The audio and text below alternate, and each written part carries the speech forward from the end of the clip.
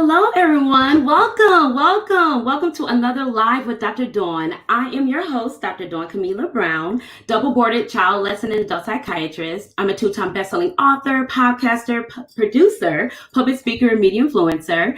I'm the sole practitioner of ADHD Wellness Center in Houston, Texas, with 2 practice locations and a thriving virtual practice. I'm also part owner of Psych Health in North and South Carolina, and I will be launching a new company for elite athletes later this month, but more about that later. Tonight, I want to invite you to another Live with Dr. Dawn. For those who are actually loyalists of Dr. Dawn or Live with Dr. Dawn, please, already know what to do. For those who are new to the platform, please go ahead and share this to at least 2 people you know. Go ahead and do that right now. Share this broadcast to at least 2 people you know. This is going to be a wonderful broadcast. It is a special edition. It's exclusive, y'all. You do not want to miss it. I promise you don't want to miss it. So thank you again for joining us again. Listen, I want to thank all those frontline workers, nurses, physicians, those who actually work in essential jobs. Thank you so much for your dedication, your service, your sacrifice. Thank you for safeguarding our homes, our communities. We know that a lot of you all are sometimes in compromisable positions, and we truly are grateful for your work. And I also want to thank you for supporting the Live with Dr. Dawn platform. This platform was birthed out of COVID-19 in a sense where we focused on a series that relates to COVID-19. We've had physicians on, we've had psychologists, teachers, educators, you name it. We've had a number of people, NBA stars, and tonight we are going to have actors on. And so I cannot wait to introduce you all to these special individuals that have joined me for tonight's broadcast. They're near and dear to my heart. I love this family to death. One of my favorite families, you all. I will go hard in the paint for them any day. But I want to go ahead and introduce you to Brandon Dirden. Brandon Dirden is here on the screen with me right now. Hey, Brandon, how you doing? I'm very well, Don. How you doing, Dr. Don? I'm well. Thank you so much, Brandon, for joining me. I really truly appreciate it. You know what? You're taking all the risk. You don't know what's about to come out of our mouths. So I hope your insurance premiums are paid up. I checked them right before we got on because I know you Deardens. I know y'all very well. But listen, I'm truly grateful. I'm truly grateful to have you on. Everyone, you may know this handsome face on the screen right now. Brandon is known for his role in Martin Luther King series on stage, right? There's so many plays that you have acted in, as well as you've had a directorial debut as well. And most recently, listen, I miss to Get Down. We won't have to talk about that because that was one of my shows that I loved, and I love just, of course, music and just, what it brought to I guess to our screens during that time and during this time, as well as your The American, all right, because we want to say that was nominated for an award for, right? A few years, a few of the seasons were nominated for Emmys, including the last one, and then we won some Golden Globes and some SAG nominations, and it was all right. The Americans was that was a fantastic show to be a part of. For 4 years, I was on that show, and we just ended 2 years ago, and now we have the ABC series that just wrapped up its season finale a couple weeks ago, For Life. So waiting to see if ABC is going to bring it back for a season 2. I think they should, but I'm biased. They better. We're going to start a petition tonight. They don't. They better. No, you're just amazing. Okay, and I'm going to actually introduce one of your best friends here. Okay. We have to join you on the screen, Jason Dirden. Jason, you may know him from House of Pain. I remember that. You went back, way back. I went way back, right? Way back. We didn't start with Greek. House of Pain. Okay, House of Pain. You actually had a few debuts in there on the screen, and then most recently, I know people know you from Greenleaf. Owns Greenleaf. as Miss Bassey, Mr. Bassey Skanks, Pastor Bassey, right? Skanks. 𝙬𝙬𝙬𝙬. Oh, Bassey. Yeah. Excuse me. Yeah. I put that. My bad, y'all. I'm sorry. It's all right. My bad. Bassey Skanks. And then most recently, you play a nightclub owner, right? On American Soul, which season 2 premieres this Wednesday. This Wednesday, May 27th, 10 o'clock. Awesome. Yeah. How exciting. Congratulations. Thank you. It's a blessing. It's a blessing, yes. Absolutely. So thank you both for joining me. I want to I think I'm a little bit more excited than y'all because I'm just fumbling. I just can't believe I have y'all in the same space at one time. This is truly an honor. I'm going to actually play a name association game, okay? Okay. And so the answer is going to be either Jason, Brandon, or both. Okay. So it's going to be easy.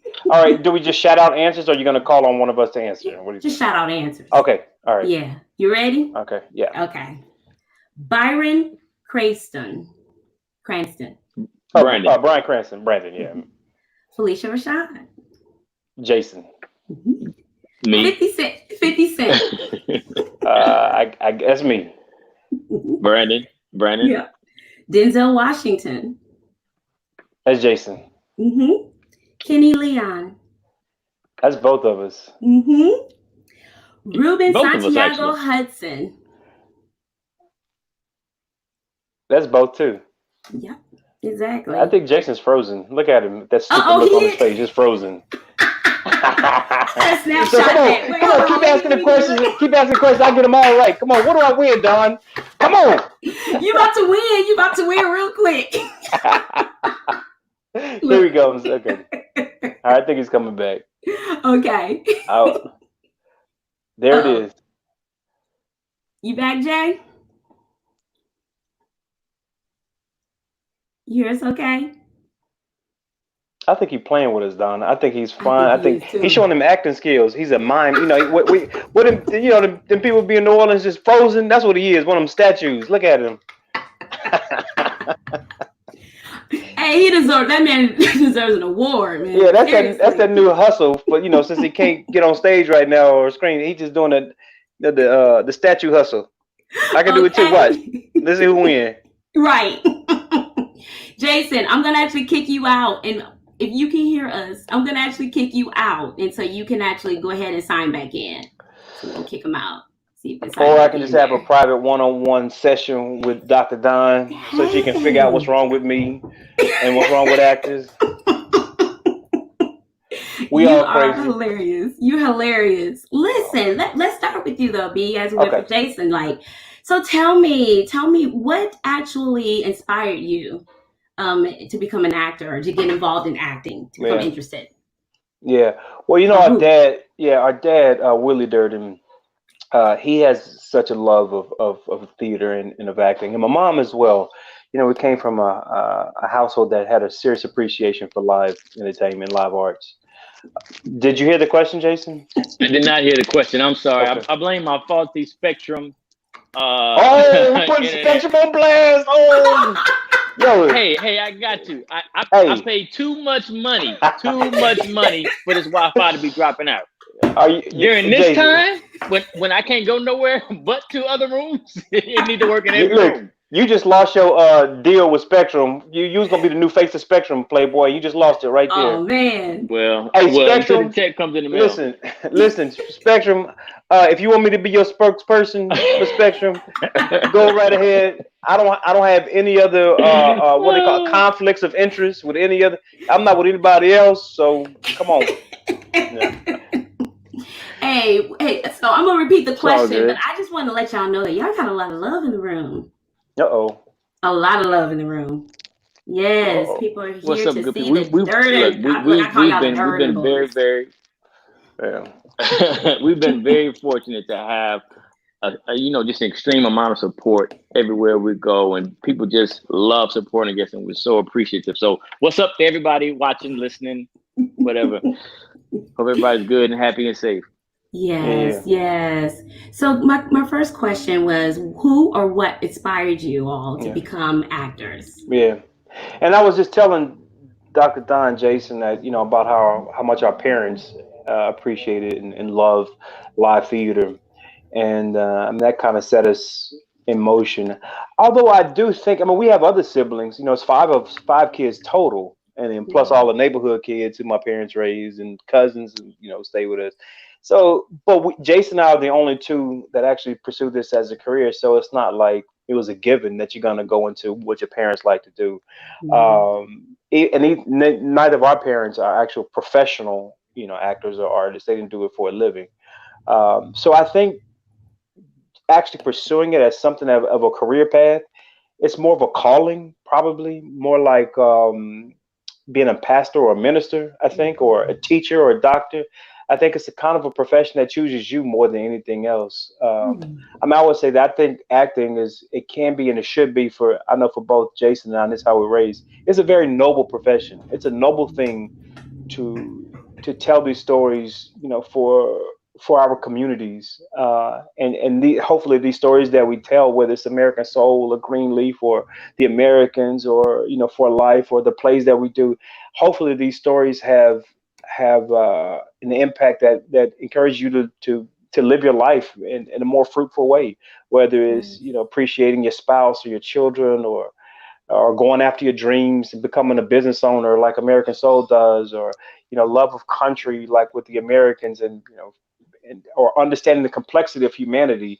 That's what we do. It's a noble job that we do to reveal just how we're all connected, how we need to strive to treat each other better, treat ourselves better, which I'm giving you a nice segue into your mental health piece right there. So I'm gonna stop talking and pass it off.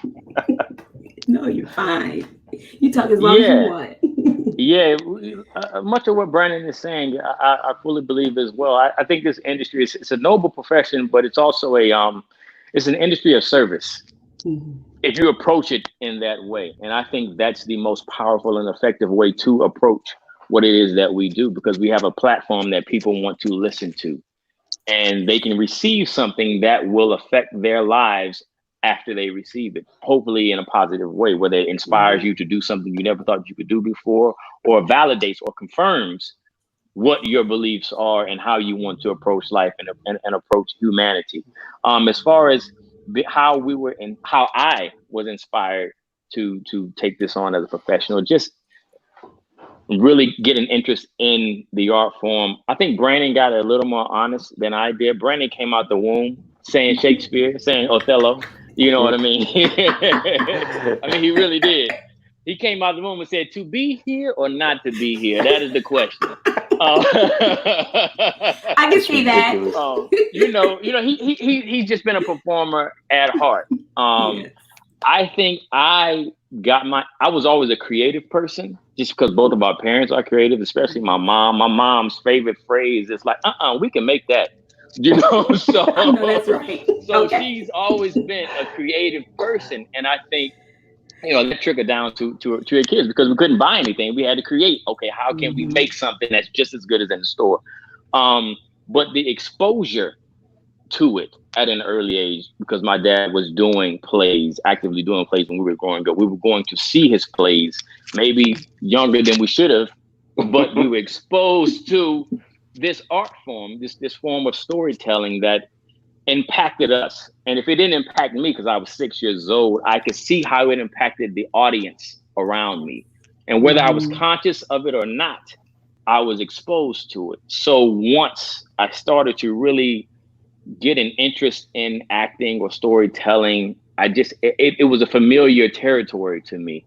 And so the inspiration came without me even actively seeking it, or even, I guess, being consciously aware that I was being inspired to do it. Interesting. I'm gonna tell it. Listen here, Don. I'm sorry. You may have a question, but I gotta tell the truth on Jason for a second. Please. And I hope I'm not opening up a can of worms that's gonna get me in trouble. We want we want it all. But this I think my internet is going out. But look, this is really how Jason got going into it, right? So I was in high school and I'm doing like the drama tournaments, right? And Jason wasn't even thinking about acting, right? But me, I was doing, like Jason said, since I was very, I was very, very, very young. I knew this is what I wanted to do. Like for my 12th birthday, I wrote my parents a letter. And I was like, I don't want any bikes or video games. I want an agent. That's it. Okay, I And know they just that's right. He did. That's the right He person to did. start with. yeah, and like wisely, they ignored me, and they never even mentioned that I had even asked for it, right? Which is probably the best piece of parenting they could have done, right? But so in high school, I had to go do these drama competitions, you know, the TFA in Texas, the Forensic Association, and it was an all-day event. Like you would show up at like 8 in the morning, and you might be there to 10 o'clock at night if you were good, you know, because it was different rounds, right? So you had to do like preliminaries, semifinal, final round, like 3 rounds if you kept getting passed on, and then the award ceremony is at night. So it was an all-day Saturday event, and sometimes it was a 2-day event. And so Jason, he's 2 years younger than me, and my mom was like, look, my mom was such a supportive parent that not only was she taking me to the tournament, that she was picking up the other kids in the neighborhood, you know, around Booker T. Washington High School. You know, that's where I went, and sometimes people who didn't even live in the neighborhood, we just would drive all over town picking up people because our school didn't have the money for like a bus or anything like that. So my mom and Mr. Howard Bruce, shout out to Mr. Howard Bruce. He was a high school counselor who was actually the drama teacher there as well, right? And so it was just them two for the longest time holding it down. And my dad, when he was available, he was always active there too. And so I'm doing this, and Jason was, like I say, 2 years younger. And my mom was like, look, you got to come with us. I'm not leaving you here by yourself at home. So Brandon got to go. So come on. And so Jason, that first couple of, when you know, he's in 9th grade, and those first couple of tournaments, he's like, this is boring just sitting around and say, if I got to come, I might as well do something. So Mr. Bruce signed him up for a few events like poetry interpretation, prose interpretation, you know, and he did well at it. I mean, he just had it in his blood. But it was just to stave off boredom, you know.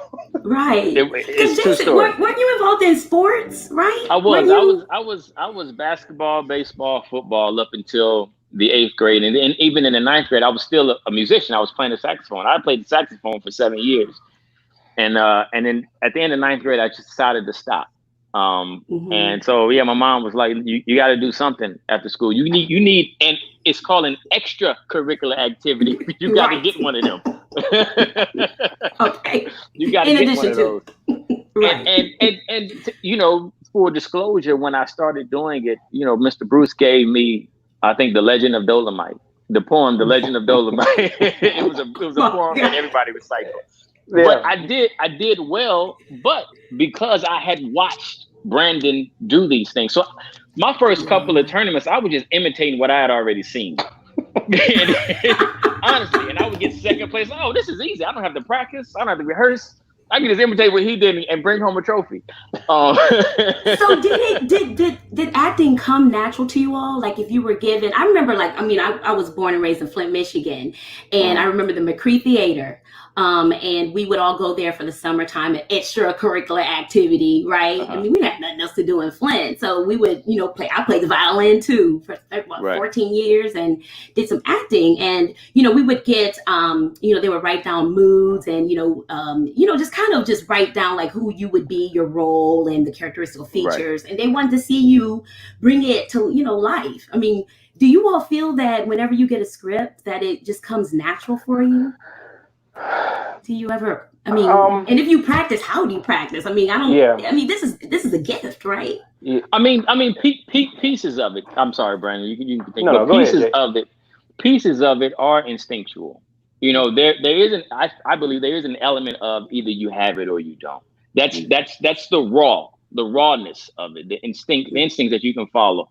But there is homework and study of the craft involved as well. You know what I mean? And the more you train, the more you understand that there's a craft, the more you understand that, okay, you have to do script analysis. You have to do character analysis. You have to understand the technical stuff. That's all part of the craft. So a piece of it, yes, is instinctual, but then you got to take it further. Go ahead, Brandon. Right. And you also have to know, like when you get in the script, you also have to know what's yours and what's not yours. You know what I'm saying? Like I'll get scripts sometimes, even for audition. Now I'm talking about straight offers. I mean, even in audition, my agents say, "Hey, we got this audition for you." And I look at the scripts like, "This is not for me," because I don't know how to advocate for this character, or I can't advocate for the story, and I don't even want to. You know what I'm saying? So you have to at some point have a discerning spirit and a discerning. You have to know yourself well enough to know what you think you can successfully pull off and not. You know what I'm saying? Yeah, it's just, and that's about developing taste, and that's also it's about putting your ego in check. I think a lot of actors think that they should be able to do and they can do anything, and that's just not the truth. Right. It's not the truth. If you can do everything and anything, then why do we need other actors? Everything is not for you. You know what I'm saying? And that's a hard lesson to understand, especially when you feel like the jobs are so scarce and the opportunities are so few. You just want to go and do everything and say yes to it all. And you're not having any regard to, again, the sanctity of the storytelling. You know what I'm saying? If you sign up for something that you know you're not right for, and you messing up the chemistry of that whole story, the TV show, the play, or whatever, and you knew you should have been in it from Jump Street, how many people on the other side of that are going to get blessed because of your jacked up performance? You know what I'm saying? Right. People going to walk away saying that's a booty script or that's whack or whatever. And you could have stopped that from Jump Street by just knowing yourself and knowing whether or not this opportunity is for you or not. You know what I'm saying? But it's a scary thing to do, and it's a process in learning that as well. Yeah, and I actually want to lead into, look at Jason. Yeah. Spectrum. Look, this is a perfect commercial. This is a perfect commercial for Verizon. See, one has Verizon, one has Spectrum. They got a free commercial tonight. There you go, come back like he been here. He just went ghost. See, look, he taking shots when the camera go off. That's him taking shots. Right. Look at him. Like you say. He's taking a shot right now. Look at him. And I can barely hear you guys. I apologize, Dr. Don. It's up. We got you back. What if you're not on Wi-Fi, Jason? Would it help if you just went on cellular? Goodness. Okay. Oh, you in slow mo. All right. Jason, I'm gonna kick you out one more time and sign back in for me, okay? I just took it off right now to see. Okay. Yo. Okay, cool. This like what's his name? This like Nelly and what was the other one who had all them technical issues in the verses one? Who was the other one? Jesus. Shoot, I want to call him by Nelly and the baby face when Babyface and Teddy Riley. And Teddy Riley, yeah. Yeah. Yeah, that's who Jason is. Jason, Teddy Riley, Nelly combo. Look, came on the screen laughing. You heard that? They gonna call me Teddy Riley at the end of this. Oh my God. Look, you got people say you got to get rid of Spectrum. I know. You ain't gonna say nothing else. Oh man. And then you got to call you Teddy. That's funny. That's funny. So your next name Teddy. From here on out. Zoom on your boom boom. Boy, so where were we at? Yes, you were talking about roles. If a role's not for you, I'm glad you said that, because you have some people in the audience, I'm sure, who are involved or interested in acting, right? Or going to watch this on the replay because you're very inspiring. Your family's inspiring, and they just want to know kind of how do you decide or how do you determine? Do you look at the full, picture here? Because there's a lot of puzzle or pieces to the puzzle. Do you look at who's directing, who's wrote the script, even in your stage plays? I know you're a huge fan of August Wilson, and I learned so much about him. I cannot wait.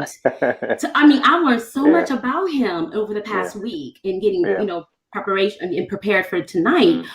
He was truly a remarkable man, a Shakespeare of his time. Seriously. But how do you, the depth of the character, how their role is with others, how do you determine that? Or is that hard to answer? You really have to look at the roles. I think I'm a little unclear on what the question is. So how do you determine if a role is for you or not for you? Are there pieces to the puzzle when determining? Like, how did you determine, being a pastor, Skanks? I didn't do too much determining. It was an audition. I would, cause that's why I really didn't understand the question, because there are certain levels to this, right? So once you like a Denzel Washington level or a Tom Hanks level, yes, they get scripts and they choose whether or not they want to be a part of the film based on what the role is. to them. But Jay, you always have a Jason choice. But you always have a choice. No. Yes, I understand. I'm just talking about just the introduction of it. You know, not even talking about auditioning and whatnot.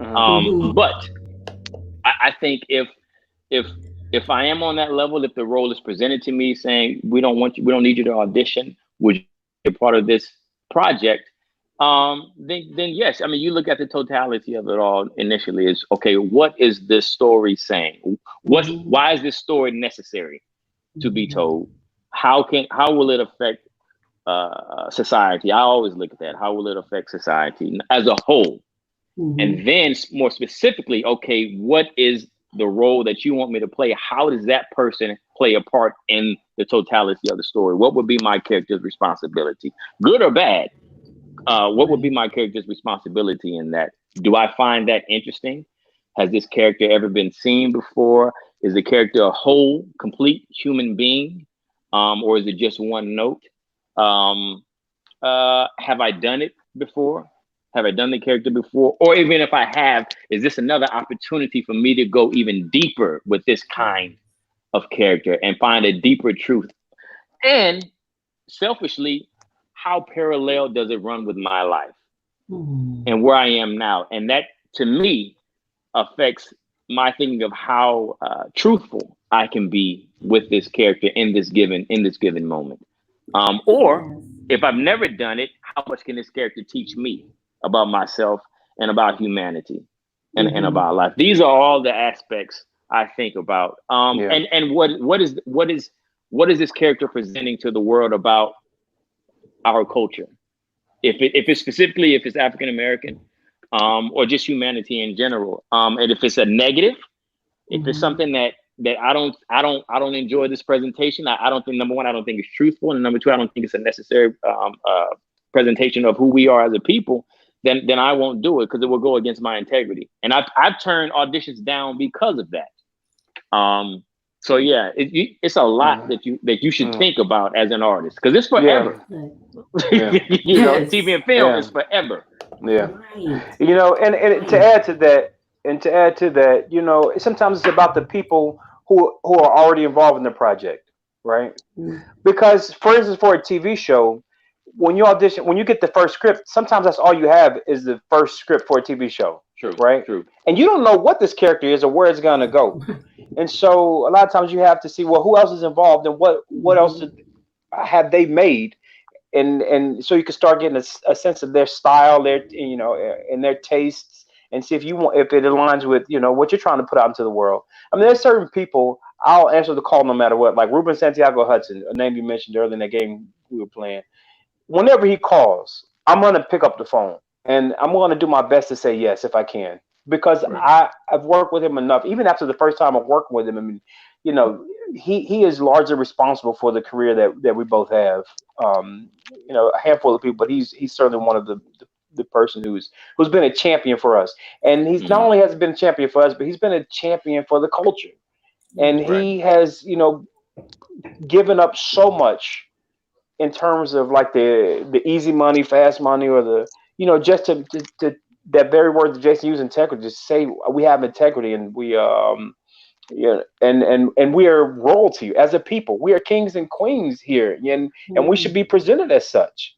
And you know, no matter what our station in life here is in America, we are full, complete human people.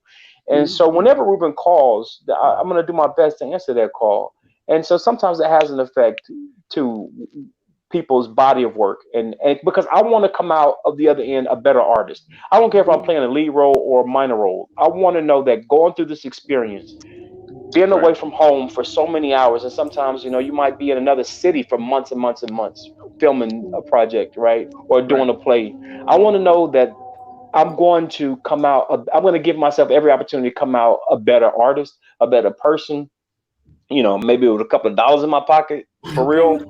You know, so it's a lot that does go into it. But, you know, my dad, he told me when I first started really in the career, a piece of advice that, you know, I share with a lot of other young actors now. My dad said, your number one asset as an actor is your availability.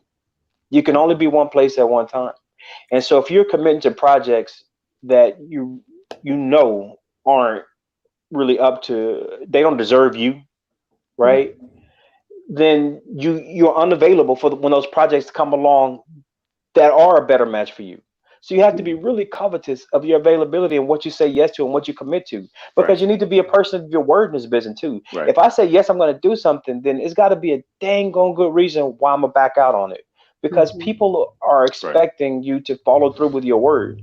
And if you are constantly like backing out of projects and leapfrogging, trying to get to the next best thing, then your reputation is going to be trash. Right. You know. Right. That's right. That's right. Have there been any roles that you all have been mentally taxing? Oh yeah. Yeah. Can you give a role either with stage play or on the screen? I mean, there are a couple of roles that in particular I've told Brandon this. I said, especially in live theater, in plays, I can't do this role again. Or I will only do it again if you're in the show. We do this play, Top Dog and Underdog. We did this show, and it's my character goes through, both of our characters, but my character it's just emotionally and physically taxing. And you're doing it 8 times a week, sometimes twice in one day for a couple of months. You're like, I lost weight. I was, you kind of lose sleep just because it's. You ask, it's like an athlete, right? You ask an athlete to get their adrenaline up for 3.5 hours and run against a brick wall for 3.5 hours, and then instantly come down from that. You can't do it. It's physically and emotionally impossible to come down from that instantly, right? Same thing as an actor. I read this study that actors, even working 3 hours during a play, it's the same as using your brain for an 8-hour workday. Because for those 3 hours, you're physically and mentally constantly aware of what's happening on stage, or what's happening those 2.5 hours. So when you come down from that, it's like you've worked 8 hours, 9 hours. And then to throw in something that's emotionally taxing, an emotional journey, it's hard. It's hard to get back up and do it again and again and again. Because particularly with live theater, I mean, what people come to pay to watch, they don't want to see ordinary people in ordinary situations. People pay to see ordinary people in extraordinary situations. And so usually, in a play, they don't take a full day or month or whatever happens in all the mundane things. Playwrights jam pack it with the most stressful part of that person's experience. You know what I'm saying? Right. And that's what you got to run through every time, right? I mean, just imagine you, Don, or anybody having to relive, like getting a phone call saying, your loved one died in a car accident or something, and having to really get inside the truth of that time and time again. Well, at some point, your body's gonna say, no, why are you doing this to me? Why are you doing it? And so you have to be able to, to be a willing participant, right? You have to will yourself that yes, it is worth it to truthfully experience this moment time and time again, because hopefully it's benefiting somebody in the audience, or else why are we doing it, right? But it is taxing. And so sometimes, like when like this play Top Dog Underdog, written by the brilliant Susan Lloyd Parks, and we actually did that production where she directed us in that production. So it's even more. There he go. Look at Teddy. Go, Teddy. I think you're right, Brandon. I think he off screen doing something. Yeah. While we work on getting Jason back, I actually wanted to show the audience a little bit of Top Dog Underdog, if you don't mind. Oh, you got some of that? I do. Yeah. All right. Cool. Okay, let's see. We got $314. We put $100 aside for the rent. $100 a week makes the rent, and we don't want the rent spent. That leaves $214. We put aside $30 for electric, leaving $184. We put aside $50 for the phones, leaving $134. We don't got no phones. We pay our bills, they'll turn them back on. We don't need no phones. How you gonna get a woman you don't got a phone? Women these days are more cautious, more circumspect. Well, like a woman is gonna call me. She don't wanna call you. She's just doing a preliminary survey of the property. Shit, Link, you don't know nothing no more. She give you her number, and she asks for yours. You give her your number, the phone number of your phone, hello, thereby telling her three things. Number one, you got a phone. That you ain't no smooth talking, smooth dressing, phoneless Joe. Two, that you is in possession of a telephone and a working telephone number, which is to say you got the cash and the wherewithal to acquire for yourself the world's most revolutionary communication apparatus. And you together enough to pay your bills. What's three? You give her your number. You telling her that it's cool to make contact if she should so please. That is, that you ain't got no wife or wife approximation breathing down your neck too tough. 50 for the phones, leaving 134. We put aside 40 for medicine. Price went up, $2 more a bottle. Put aside 50 then. That covers the bills. We got 84 left. 40 for meals together during the week, leaving 44. 30 for me, 14 for you. I got a woman I got to impress tonight. You didn't take out for the phones last week? Last week I was depressed. This week things is looking up for both of us. They talking about cutbacks at the arcade. I only been there 8 months, so... Don't sweat it, man. We'll find something else. And nothing like this. I like the job. This is sit down, easy work. I just got to sit there all day. Folks come in, kill phony Honest Abe with the phony pistol. I can just sit there and let my mind travel. Think of women? Sometimes. All around, the whole arcade is buzzing and popping. The whirring of the duck shoot. Baseball smacking the back wall when someone misses the stack of cans. Some woman getting happy because her fella just won the ring toss. The boss playing a barker, talking up the fake freaks. The smell of the ocean, and cotton candy, and rat shit. And in the middle of all that, I can just sit and let my head go quiet. Make up songs and make plans. Forget. You should come down again. Once was plenty, but thanks. Your best customer, he come in today? Oh, yeah, he was there. He shoot you? Well, he shot Honest Abe, yeah. He talked to you? In a whisper. Shoots on the left, whispers on the right. What'd he say this time? Does the show stop when no one's watching? Or does the show go on? He's getting deep. What'd he say that one time? You're only yourself when no one's watching. Yeah. That's deep shit. He a brother, right? I think so. He know you a brother? I don't know. That's a deep black brother. Yeah, he makes the day interesting. That's a fucked up job you got. It's a living. Yeah, but you ain't living. I'm alive, ain't I? One day I was throwing the cards. The next day Lonnie died. Somebody shot him. I knew I was next, so I quit. I saved my life. An arcade gig is the first lucky break I ever had, and I've actually grown to like the work. And now they talking about cutting. You was lucky with the cards. Lucky? Ain't nothing lucky about the cards. Cards ain't luck. Cards is work. Cards is skill. Ain't never nothing lucky about the cards. I don't want to lose my job. Well, you gotta jazz up your act. Elaborate your moves. You too stiff with it. You can't just sit there. Maybe when they shoot you, leap up and flail your arms, then fall down and wiggle around and shit. So they gotta shoot you more than once. Blam, blam, blam, blam! Blam! Help me practice. Then I'll sit here like I do at work, and you be like one of the tourists. No thanks. My paycheck's on the line, man. I got a date. Practice on your own.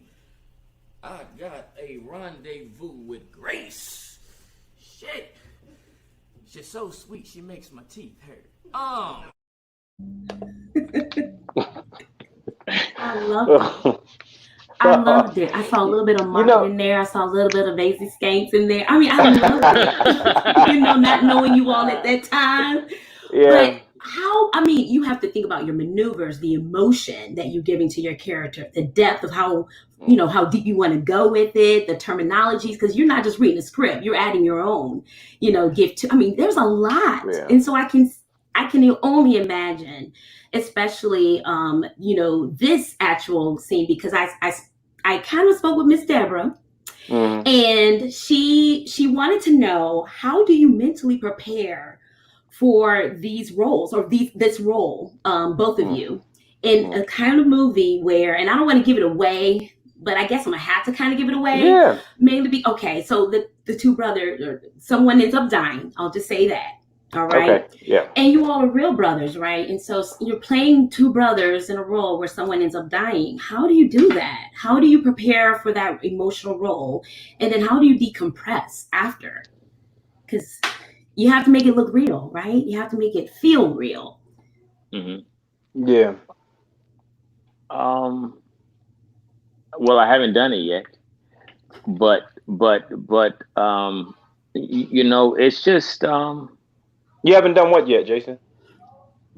prepared for for that particular moment that she's talking about. But okay, Oh, you so mean- I haven't. Yes, I was just being specific with what she was saying in okay. in the what she was talking about. But in for a role like that,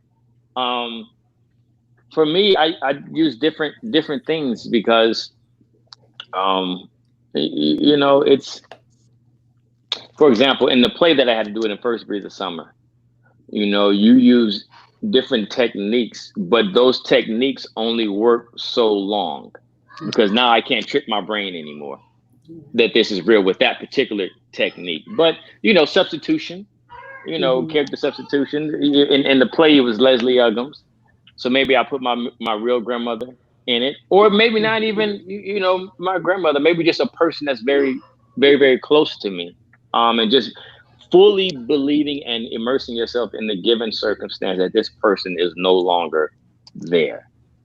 And coming out of it is time. Again, it's time. And I don't think we talk about this enough. You know, I'm not one of those actors that walk around in a character 24 hours a day. That's just not my process. I know some people need to do it. That's just not my process. But even that not being my process, going through it maybe for 6 hours a day for rehearsal or 3 hours for the show, I don't think we talk about it enough, that there is a need for sometimes therapy. You know, when police officers go undercover for a certain amount of time, coming out of that is not just, okay, it's over now, because you've taken on certain characteristics, you've taken on certain instincts and habits, and you believe certain things about life that no longer are the norm now that role is over. So sometimes some actors can't just immediately come out of it, and talking to someone, it doesn't have to necessarily be a licensed profession, but just talking to someone and having a therapeutic session about, okay, it's over, it's done, sometimes is necessary, you know? Yeah. I mean, I think you're right, Jason. I think it has to do with really understanding your instrument and who you are, and right, and realigning, you know, your purposes, right? And I think part of taking on a role like that, I mean, I give the little backstory for the viewers who don't know the whole play. Like, those two brothers, like, my character was the older brother who was a 3-car Monte hustler, and he had lived, and his best friend, who we never meet, we only see these two characters in the play, you know, was killed some time ago doing the 3-car Monte hustle trick with him. And so now the younger brother, who Jason is playing, wants to go into that life of becoming a 3-car hustler, right? And so my character is trying to, over the course of the play, trying to persuade him it's not a good idea to get into that life, right? And so now my current job in that play is to play an Abraham Lincoln impersonator while I wear white face, and I get dressed up, and there's an arcade on the boardwalk where customers pay to shoot fake guns and assassinate on the stage. It's a wild play. Susan Laurie Parks is a brilliant writer, but she's an absurdist of some sorts. And so basically, my character's real name is Lincoln, and Jason's real character's name is Booth. So it's just more of a meditation on those two men, and it has a lot of racial overtones of America and how we don't deal with it in America, and opportunities lost and hustle. I mean, it's full of a lot of things. But in looking at, to answer your question about how do you prepare for those roles, well, I'm able to draw on the love that I have for Jason. And so as a big brother, there's all, like, instinctively a protective nature in me where I want the best for him and I want him to survive and to thrive. And so when I'm doing that play, even though that character has a lot of tough love for him, like I can really draw my personal experiences as just Jason's actual brother, right? There's a lot of other things that come up in the play that I can't draw on, but I can, again, like they say, use substitution, draw parallels. Well, and I think that's the mistake that people make, is to believe that as an actor you have to have all these incredible experiences, like you have to be really into the thing, right? No, but what you have to be as an actor is you have to have empathy, and you have to understand humanity, right? And you have to have an imagination, and you have to allow yourself. You have to believe that you are a complete whole person, and whatever scenario that I imagine, my body will automatically do the work for me, right? I don't have and tell the truth, and I just trust that if I fully imagine these circumstances, then my body is going to know what to do. And then so when I'm out of that circumstance, when I've stopped imagining that circumstance and get back to real life and just look around like, oh no, that's really my wife there, that's my son, then I can just, my body will naturally do what it needs to do in this situation. You understand what I'm saying? Yes, But definitely. I would say this too, Brandon. I absolutely agree. You know, you can draw on the love that you have for me, you know, for the play, and I can draw on the hate that I have for Brandon to get into the role. No.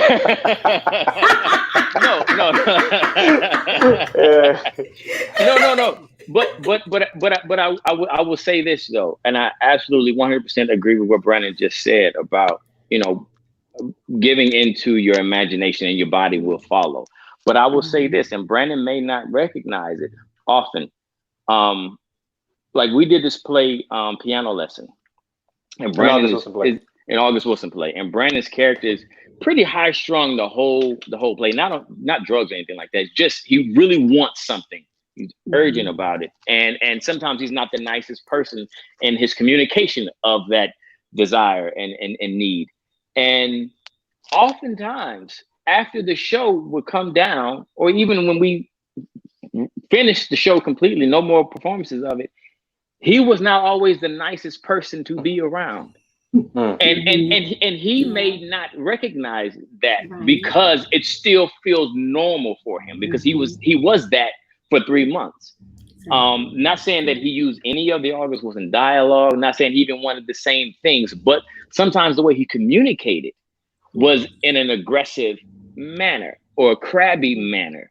And not intentionally, that was just his instinctual communication pattern, because he had done it for so long. And that's why I say it takes time to fully, even your imagination is gone. You don't believe you want these things anymore, but it can still take time to remove yourself from it, because it is a full body experience, full physical and mental body, emotional body experience. It can just take time to slowly remove yourself and disengage from what you've been doing for the last 3 months. Yeah, you know, I would agree.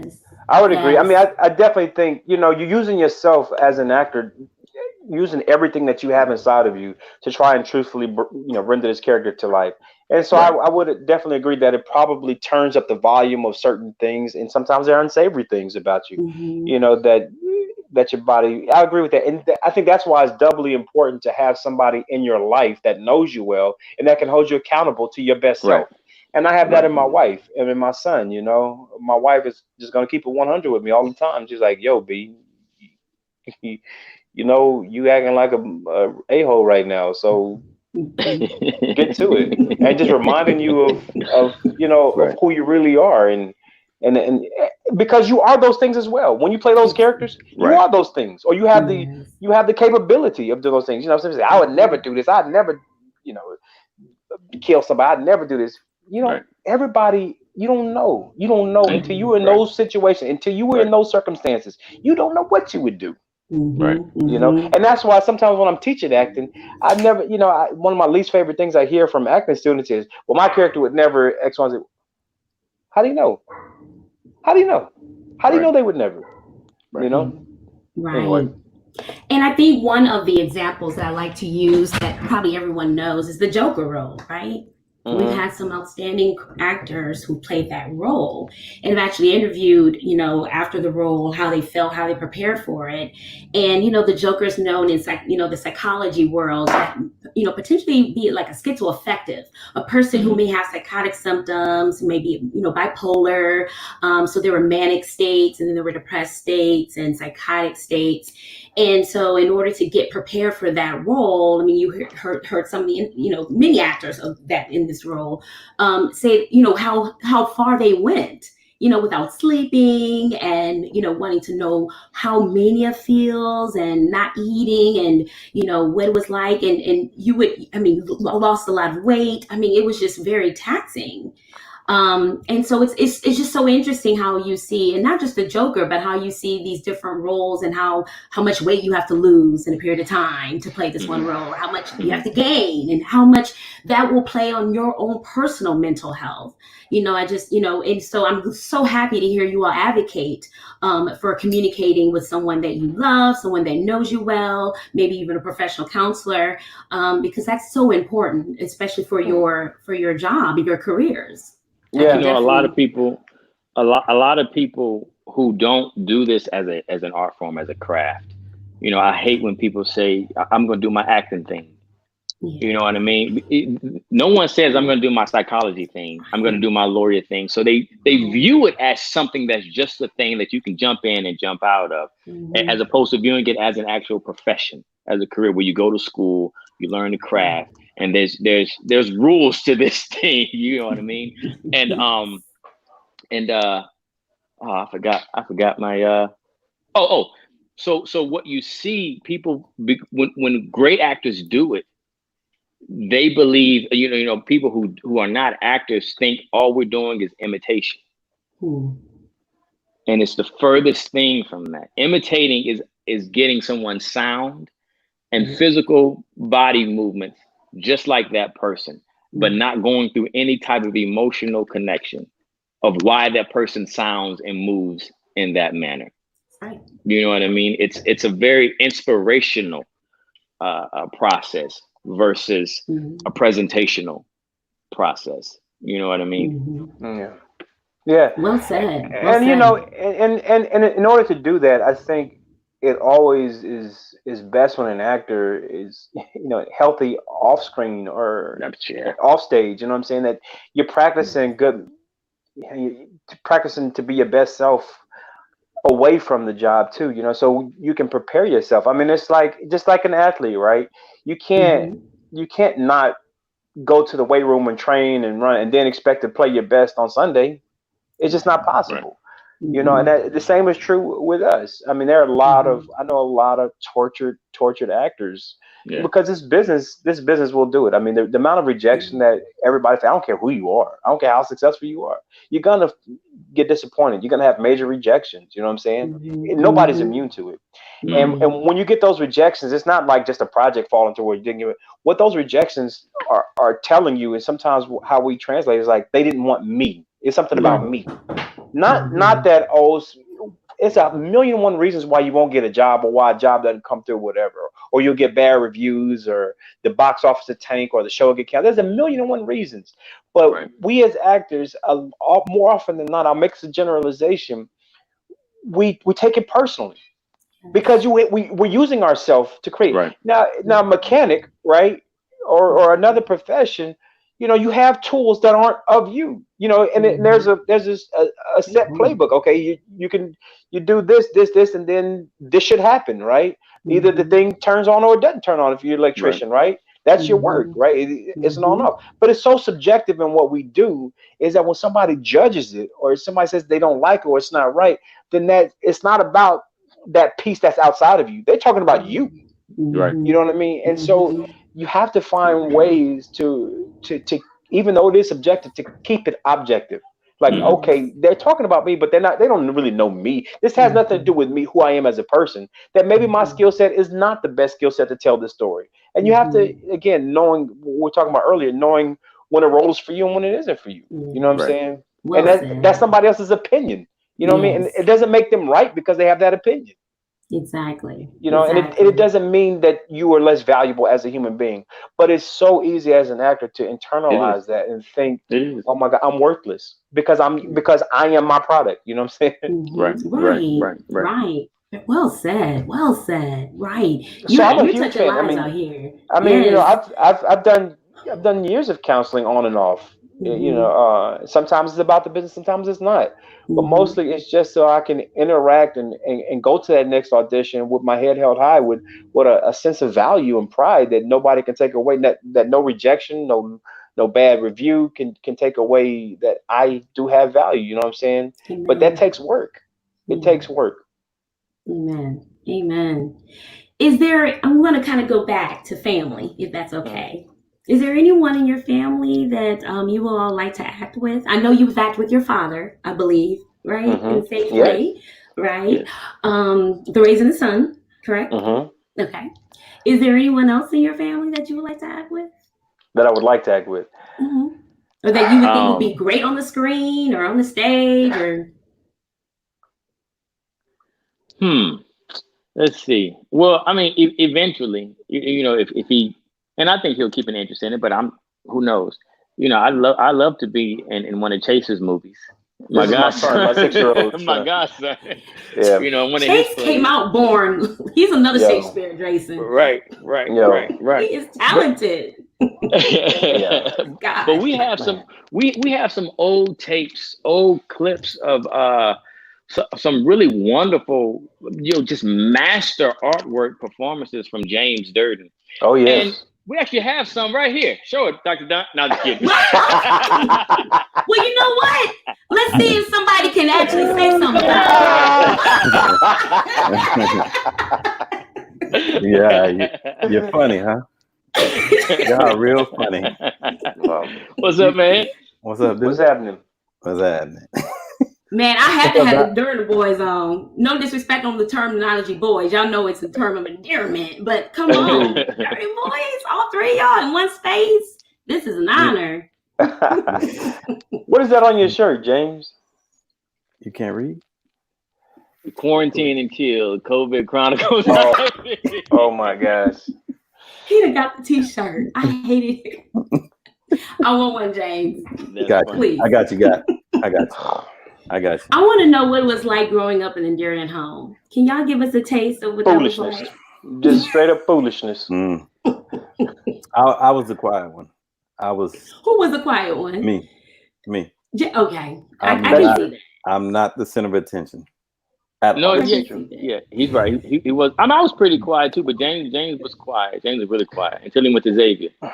Well, see, look, but hold on. Now, I think it was all the plan. Yeah, right. I think it was all the plan. See, James understood, like, being quiet, keep your mouth closed, you could probably get what you wanted to get. See, no, you see what I'm saying? Like, if you didn't cause a problem, if you want a problem for nobody, then you could probably get those 𝙬𝙖𝙬𝙀 at the Midnight Madness. No, not 𝙬𝙖𝙬𝙀, not 𝙬𝙖𝙬𝙀, British Knights. Sir. British Knights. Actually, it was both, but I have a narrow heel. I had a narrow heel, remember? I have a narrow. So wait a minute. So me and Jason got to go to Kenny's Shoes and get the knockoff Jordans. Right. Well, we had to hide the tongue because the man is doing the finger roll instead of a dunk, a layup instead of a dunk. Hey. And James, and James getting the British Night Special. 2 pair. It was a midnight special at Northline Mall. It was still over the budget, James. It was still beyond the budget. The man said I had a narrow heel, and those are the only shoes that fit. Well, listen. How come you don't shop at a specialty shoe store now, Mr. Narrow Heel? Because I have a daughter now.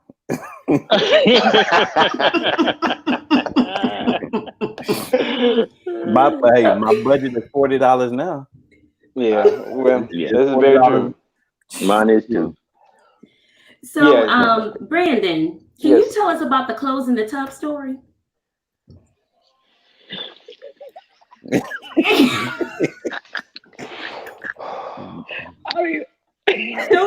Oh my gosh, where are you getting this intel from? We got some old snitches This in is this family. exclusive. This was exclusive, so I had to bring some exclusive questions, to the platform. If I no, wait a minute. If I remember correctly, now I'm gonna be real with you now. Okay, so today, it's May 24th, and I'm celebrating 10 years of not touching a drink of alcohol. Right. So I'm sober today for 10 years. Right. So, but before that, I probably had a good 20 years of going hard in the paint. So some of the details might have been lost in, at the bar during the day. But we'll help you. Okay. So what I remember is like we had to take, in our household, you had to take baths.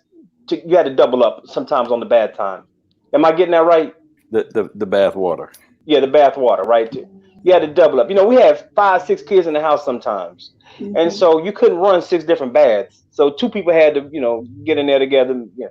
And I think with this one, I wanted to take a bath with somebody, but was it you, James? Quite possibly. It had to be me. Yeah, I think I wanted to take a bath, but James had locked the door because I didn't want to take a bath with Jason. But James had locked the door, so I couldn't get in there, right? And he was taking a bath by himself. And so when he comes out, when he finally unlocks the door, like he's all in his towel and he's ready to go. He's like, all right, I'm out, man.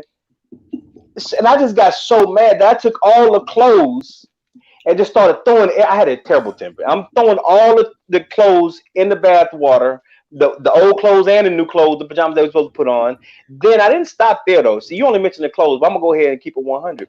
I started taking toilet paper off the roll and spare toilet paper and throwing that in the bathtub, too. It was a protest move. So I've been an activist all my life, Don. Right. I know that's right. I think that was the first spanking. I think he got a whooping that day for the first time, and I promise you, he probably got us a whooping every day for a whole year. Yeah. I'm a slow learner. Not because of that. He would do something different every day to get a whooping.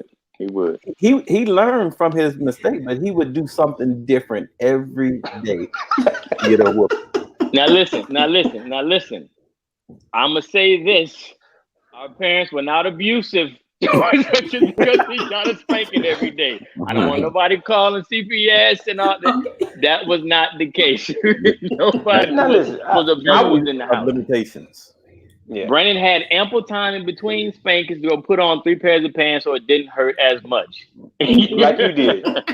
Like I did. Go ahead. It's the truth. Like being a parent now, I can honestly say that there are situations that I was a danger to myself and a danger to others. Mm-hmm. And so, I didn't leave my parents with a lot of options to curtail some of that behavior. And now that I have a 6-year-old, he's a totally different kid. But I definitely see like how he interacts and what my wife has a model. She's like, look, we are raising this boy not to be anybody else's problem. And I think that's what my parents did. Like none of us have been in, we don't have a rap sheet.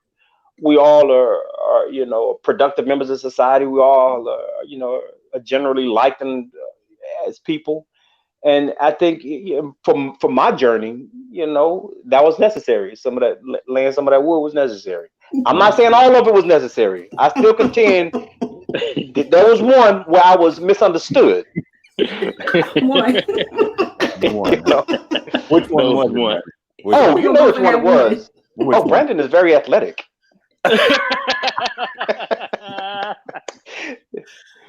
Oh, that's the back. I ain't got time to tell that story. That's for another time. Next show. That's the sequel. Well, I want to know from Jason. When you were younger, you wanted curly hair.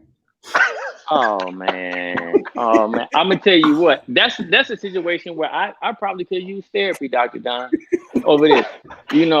Because here's the thing. It was bad enough they used to say, the old cliche joke, you're adopted, Jason. Where I actually had the physical proof that maybe I am look at this. It's straight, right? Maybe I am adopted. But yeah, so we would go get haircuts. We would all go to this salon. My mom took us to this salon to get haircuts because so many barbers said, well, we don't know how to cut their hair. and Brandon, James, I think even Mario would come with us, our cousin Mario. And they all got flat tops, fades, and whatnot. And they would get out the chair and they loving their haircut. I get in the chair and she breaks out the scissors. Scissors and a comb and maybe some shears, maybe. And so she would say, okay, all done. And it's just straight, like it's still straight. And I'm like, no, we're not all done. No, you know, first of all, it's still straight. And I didn't know the terminology fade. So I said, look, no, I want my hair to be light right here, then darker and darker and darker. It's all one color right now. And I'm crying. And my mom and saying, your hair won't do it like that. It just won't do it like that. It wasn't until, right. And this is from age 6. Then I had to go through Mr. Mac's crew cut haircuts. Like I had just gotten out of the military and I'm on leave or AWOL, you know, just crew cut. Gotta find some pictures, y'all. Up until I was 11 or 12, about 11 years old. Up until I was 11 years old, and Maria's friends, female friends, Jennifer and Marion, would come over and they would want to experiment in my hair, like play in it because it was straight, right? So they was like, oh, this straight hair ain't too bad. I got women playing all in my hair because it's different. I'm gonna rock this straight hair thing, gotta see where it take me.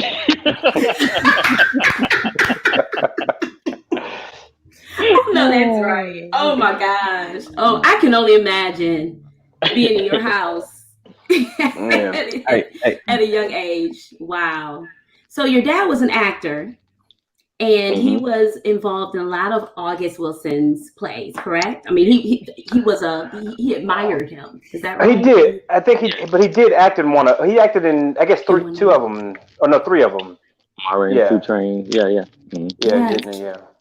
Can y'all tell me a little bit about your dad? Like, you know, how describe who your dad is, because in me, again, preparing for tonight, in almost every interview you all mention him, and I look at the sense of the admiration you have about him, and you know, as a son should have for his father. But it's different for all of you. I mean, how you talk about him, and it's all positive, right? And a little joking here and there, but it sounds like he's an amazing person, especially raising 5 kids, right? Right. With his wife, acting, and I think your mom's a teacher or was a teacher. Well, how would you describe your father? What would you say to him? I guess if you could say something to him. Well, yeah. You know, I think one thing that we all got from my dad, no matter what, you know, career we're in, is just we have high expectations of ourselves because they had high expectations of us. And that's both my mom and my dad, you know. But specifically my dad, in terms of watching him, if I could speak for him, and that he hated his job. He hated going to work, you know, and it was, he wished he could be, you know, a full-time actor. But, you know, as a black man growing up in the, you know, 60s and having a family in the 70s, 80s in Houston, Texas, there's just not a lot of avenues to actually, you know, provide a decent lifestyle for anybody as particularly a theater actor when you have, you know, maybe 2 professional theaters in Houston at the time. So he did the hard work, heavy lifting. You know what I mean? He went to work every day and dealt with, I mean, some stuff that we don't even really know about, right? And dealt with it and swallowed it, and just so we could have and so we can have the opportunities that we had, and that's admirable. You know what I mean? So what it taught us is that you just show up, you just do the work. You know what I mean? You do the work and you do it to the best of your ability. And I don't know. It's sometimes it's sacrificial, you know. It is. I mean, it's definitely, you know, both of our parents, you know, are true examples of sacrifice. You know, and understanding that, okay, these are some things that I would like and some things that I would like to do, and these are opportunities that are being presented to me. But if I do them, what's what's the cost of it all, you know? And my dad said something to me quite a few years back. He may not even remember, but he said, just like the phrase, the sins of the father fall down to their children, so too do the blessings of the father. And I think what we're experiencing, not only Brandon and myself, but James, Marie, and Bridget, we're always, for many reasons, the universe, the spirits have always taken care of us to the point where we're going to be all right. Specifically, Brandon and myself, you know, we're not top 10 A-list celebrities, but our work is revered sometimes in that way. And economically, we've always been okay. We've always been placed in circles where the opportunity is so valuable, so much more valuable than a red carpet opportunity. And I think that's because the blessings of our parents have fallen onto us. And also just an example of love for what you do. You know, Brandon said, you know, my dad wasn't an actor paying all of the bills as an actor. He had a 9 to 5, 8 to 5, and sometimes an 8 to 5, then again at 2 a.m., and then again at 7 a.m. And then but he didn't stop doing plays. And if you have all that going on and you're still going to rehearsal 5 hours a day and you're still doing a show at night, then there's a love for what it is that you have and what it is that you do. And if you really love it, then this is the kind of commitment that you would make to it. And this is the way you're going to attack it. I'm a man of my word, not only because I said I wanted to be a part of it, but I told myself I love it this much. And that's how we attack what we do. That professionally, James, as a teacher, you know, he can speak to it, but we attack our careers with that love, you know, responsibility.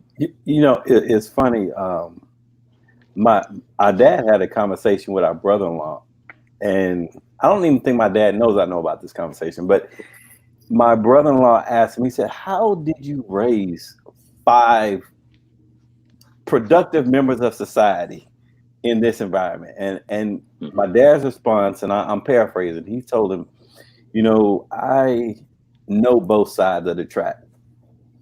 I made a choice to show my kids this side of the track. And so we didn't have a choice in who we became because of our parents, but he made a conscious choice, one, to possibly put his dream of being an actor on hold because he wanted to be responsible to his family and make sure that we saw the side of the track that would allow us to be productive members of society. And my mom, she put us in situations to figure it out. She's like, hey, I mean, it'd be a simple question. Hey, Mom, what's for dinner? And her response is, what's her response? What you cooking? What can you cook? Right? You know, and you know, and we're 6 years old. Yeah. Well, that's when cooking started. Ironing clothes started at 4. Yeah, there you go. There you go. And there was another. I think all 3 of us had this same experience going to college. Oh my God! To college. Yo, you know. Okay. So my experience when I went to college, my mom and one of her friends brought me to Xavier in the minivan, brought all my stuff, and I wasn't staying in the dorm. Well, I didn't get into housing, so I was supposed to stay with my 95-year-old uncle who lived in the Philly area, and I'm going to Xavier, and I don't have a car, and I'm like, what am I supposed to do? She's like, ride the bus. I'm like, I don't ride the bus in Houston. I don't ride the bus. Wait a minute, James. Oh Uncle Sidney he was only like 91 at the time. Well, 92. 92. Yeah, he was on. Tell the truth, the whole truth. He wasn't on 95. I love y'all. And look, you wouldn't leave with no 95-year-old uncle. To be quite honest, he didn't want me to stay with him. He didn't want me to stay with him because he had his women coming through. So I was cramping his style, to be quite honest. So I never stayed with him. Shout out to my boy Carlos Jackson. That be crashed there for Los. years. Yeah, Los. That's brother. That's like another brother. But Yeah, so I think we all have similar drop-off stories. Oh my God. Not me. Brandon, I don't think they even stopped the car when they dropped him off. And I'm in Atlanta. I'm in Atlanta at my house. Yeah. Hey, wait a minute. I'm gonna just tell this now. True story. True story. Please tell True it, story. please. So my mom, she was a teacher, like you said, and so her school went into session maybe a week before Morehouse went into session. So that meant they had to drop me off in Atlanta a week before my school even started, right? So I was in Atlanta, staying with some family friends, and then I move into a dorm the next week, and then I go through all through our orientation week. So this is 2 weeks since they dropped me off, and I haven't spoken to my parents once, right? At all. That's my first time, away than whatever. So after the first week of orientation, I'm in my dorm room in Morehouse, and I got some new friends on the hall. This is Sunday. I'll never forget. And I'm kind of going up and down the floor. I'm Graves Hall, second floor. And I'm going check and see what everybody's getting into on Sunday. Like, y'all want to go to Cav? What we doing, right? And every room I knocked on, people like, hey, man, I'm going to come to your room. I'm on the phone with my mama. I'm on the phone with my mama. I'm on the phone. I said, oh, well, I guess maybe that's the thing. You're supposed to call your parents on Sunday, I suppose, right?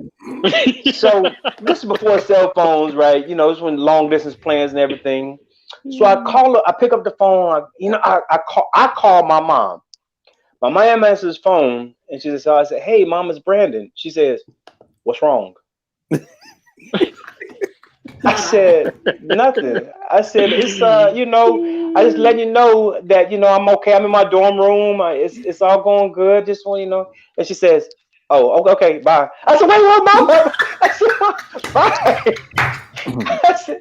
I said, you don't want, maybe we can catch up or we'll talk or whatever. She says, Brandon, this is long distance. This costs money, boy. I said, Mom, I called you. I'm paying for this call. She's like, well, you don't have money. I know you don't have no money to be calling me. And now I'm on full scholarship at Morehouse. Full scholarship. And you worried about, maybe a $2 phone call from your son or you just dropped off, 3 weeks ago. And it was like, okay, I'm on my own. I'm in the world.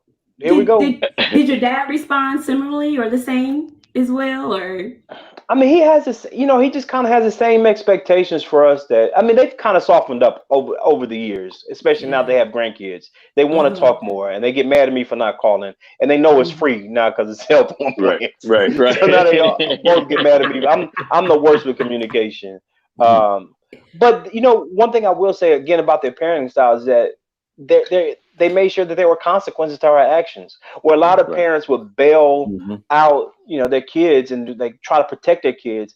My parents, they never did that. They were just saying, look, you got yourself into this mess. You figure out how to, figure out a way to get home or figure out a way to pay for that or figure out a way. We're not going to come to the rescue every time you get. My dad had a phrase he used to say, failure to plan on your part does not constitute an emergency on my part. No, that's right. So you just knew, hey, you can't call them. Right. If you're really in a jam, you can. They will always be there for you if you really needed them. But you're gonna hear about it. There are gonna be some consequences. Yeah. Well, I want to actually ask someone what they think about this. Let me see. There we go. Hey. No. Hey. I feel like I'm on the Maury Povich show. Bring him on out. No, wait a minute. The hell is this? Hello, boy. And this is where we find out he's not our father. And you better not dance if we ain't. Listen, first of Bring all, out the milkman. I want to thank James for just coordinating this, my interview with Jason as well as with Brandon. But I also want to thank Erica for coordinating Mr. Willie's presence here this evening. So, Mr. Willie, thank you. Welcome to the round table, sir. It is a pleasure to see you. Pleasure. Can you hear me okay? Yes. Yes. So I wanted to surprise everybody. And yes, have you all ever had an interview together as the Dirden Men? No. Really? No, I don't think This so. is the first. No. Well, yeah, this is the first. You got an exclusive, Don. No, I just, you know what? My thing is, I had my father and my brother on Monday, and man, family. family. Yeah. And I wanted to see if I could, at least ask Mr. Willie to come into the room, because again, when I just heard, read your stories and heard your interviews, nothing but admiration for your parents, both Mr. Willie and Miss Deborah. Just admiration. And you all are just a humbling family, just overall. I've known James for years, and I mean, just humble, would do anything for anybody, patient, kind, want everyone to do well, know there's room for everybody. And I know that trickles down. I know it does. I know it starts somewhere. I mean, all of you are. And I even met Miss Bridget. She's so cool. I love her. I love her. And so I really wanted to bring on Mr. Willie. And Miss Deborah's more than welcome to come too, Mr. Willie.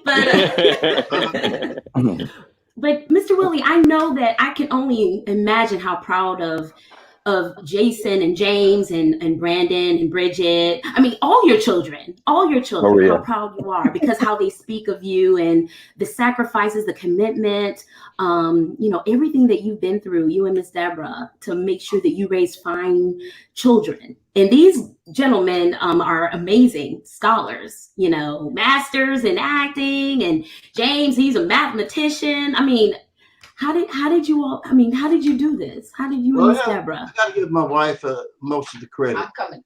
Oh, yeah.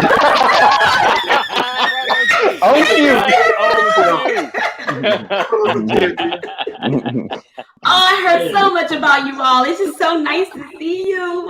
Oh my goodness, this is a family affair. Yeah, we got to give her most of the credit. She kept them on the straight and narrow. And I kept the bail money in a little pouch in the back of the room.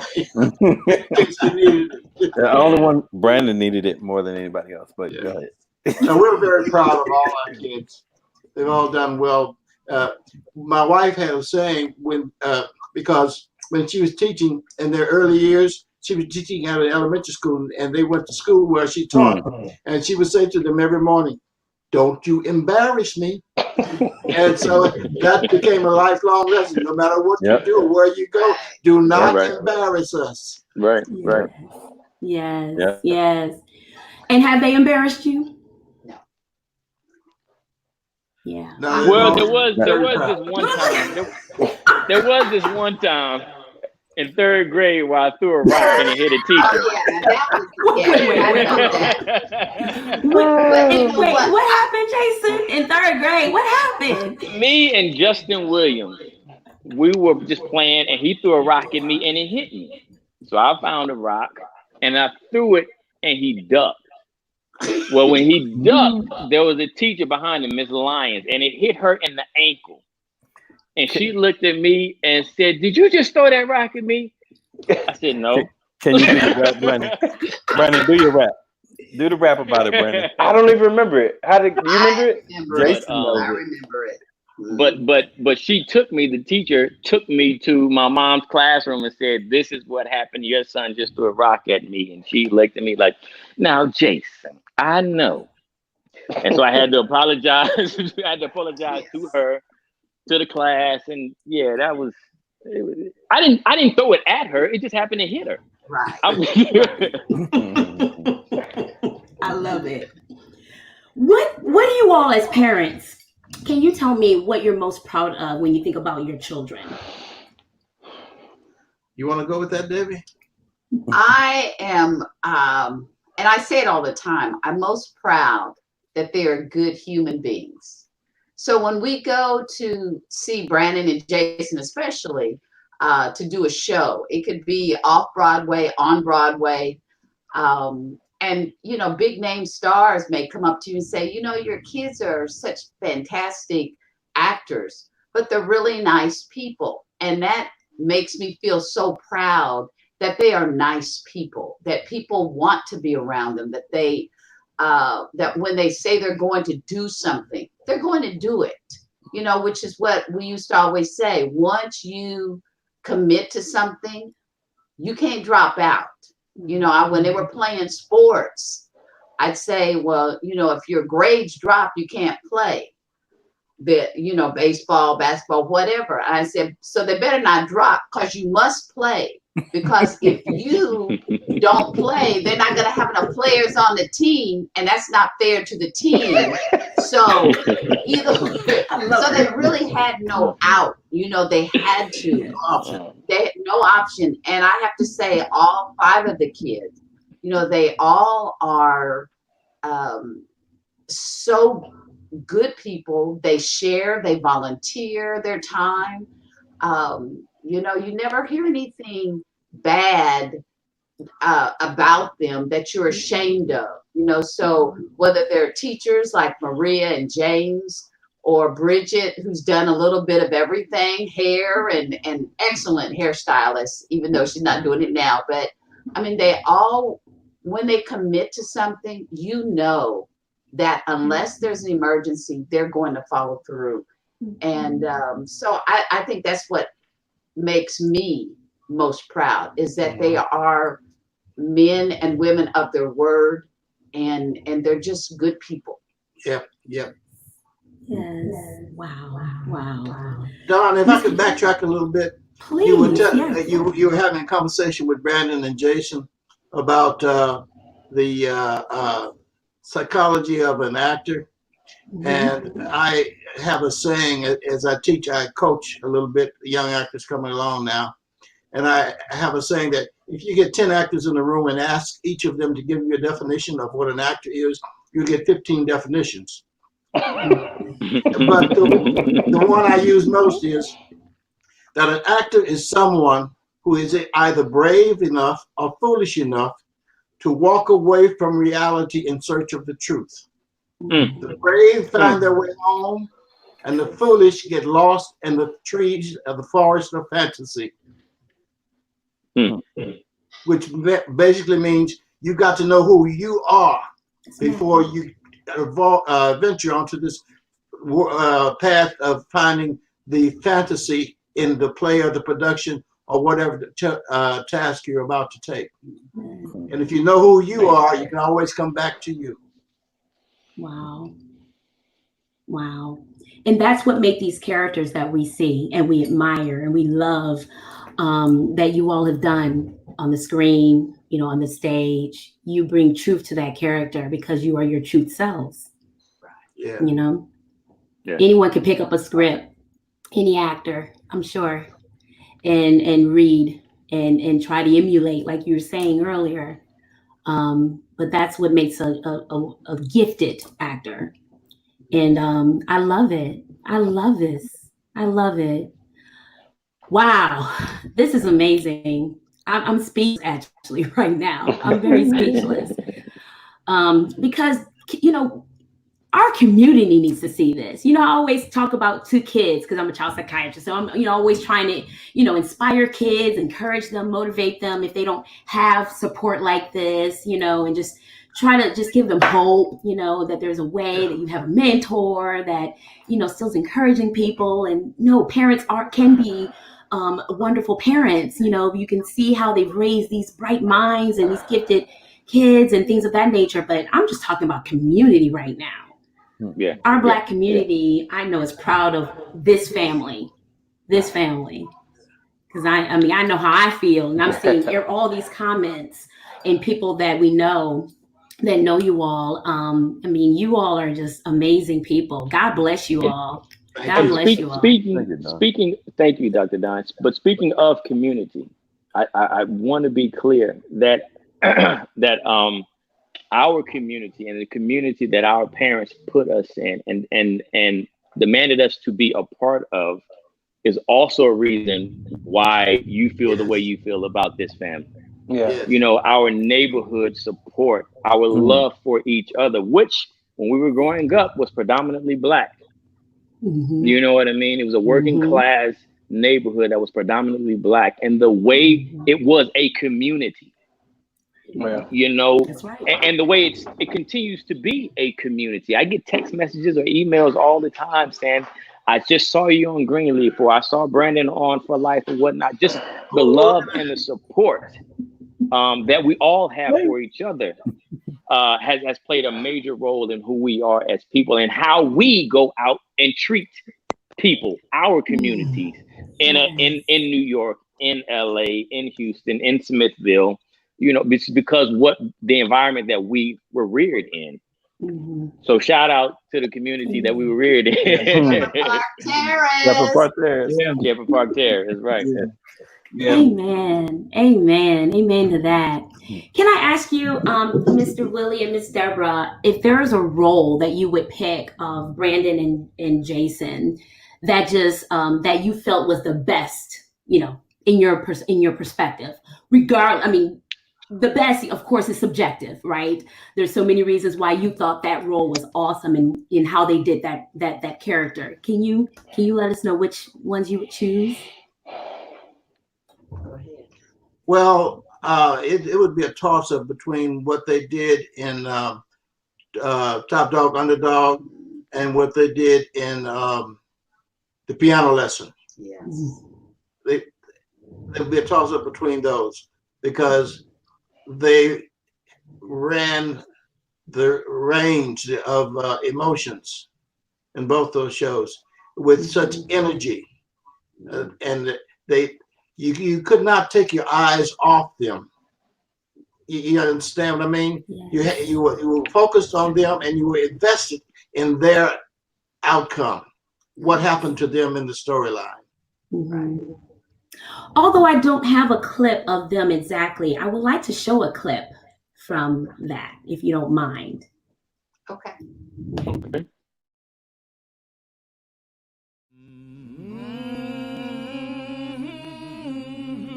Yeah, come on, Doka.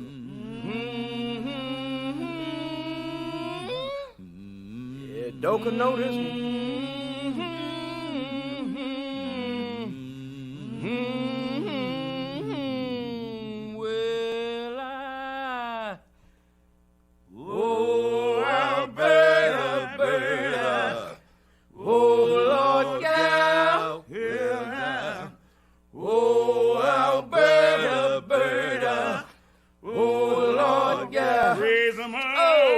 Raise 'em up higher, let 'em drop on down. Well, now, raise 'em up higher, let 'em drop on down.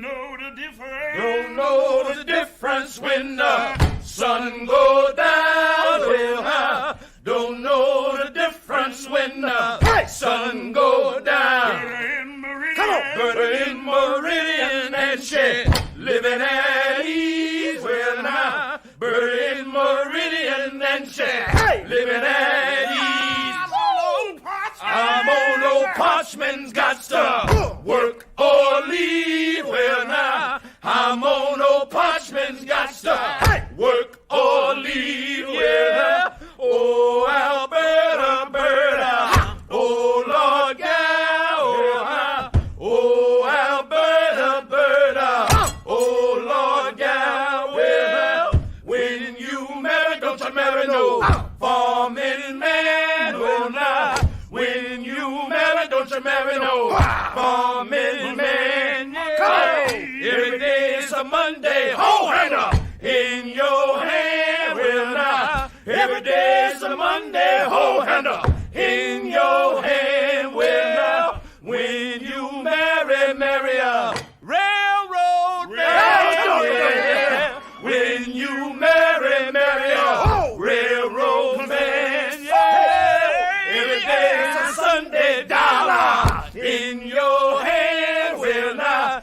every day is a Sunday dollar in your hand, well, now, oh, Alberta, Alberta, oh, Lord, yeah, well, now, oh, Alberta, Alberta, oh, Lord, yeah, yeah, oh, Alberta, Alberta, oh, Lord, yeah, yeah, oh, Alberta, Alberta, oh, Lord.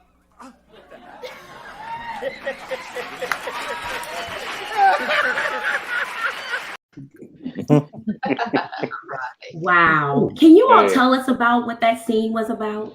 Yeah, that is from the August Wilson's Piano Lesson, and they're talking about what's leading into that song is those four men, the characters of Boy Willie, Lyman, 𝙬𝙬𝙑, and Winding Boy, and they're talking about how they all have been on Parchment Farm, which is a work camp in Mississippi. Like and it's almost like a rites of passage, unfortunately, for for black men in the South, and not just in Mississippi, but all over this country. Unfortunately, we still got a problem with that. And this is one of the work songs that they learned while they were on the Chain Gang, and so it's a bonding experience for these four men. And also singing, I have to acknowledge the great Chuck Cooper and James A. Williams, who are just luminaries of the stage in New York theater and American theater abroad. But that was directed by the gentleman I was talking about, Ruben Santiago Hudson, the man who I would lead, who I would follow wherever he led me. And that production was in 2012, 2013. It was the first revival of Piano Lesson since the original in the 90s, and it just won every major award. But more importantly, what it did in that particular moment, that song, I kid you not, maybe Jason can speak, I guess, to this as well. But whenever we did it was just the four of us on stage, 4 men on stage. But it felt like at some point during that song, you were joined by hundreds of thousands of souls on that stage. The theater just felt packed with just the souls of those black men that we were representing in that thing, and just giving them their dignity and humanity, and telling their life stories on that stage. It was I don't know. It was really a spiritual experience every night that we did it.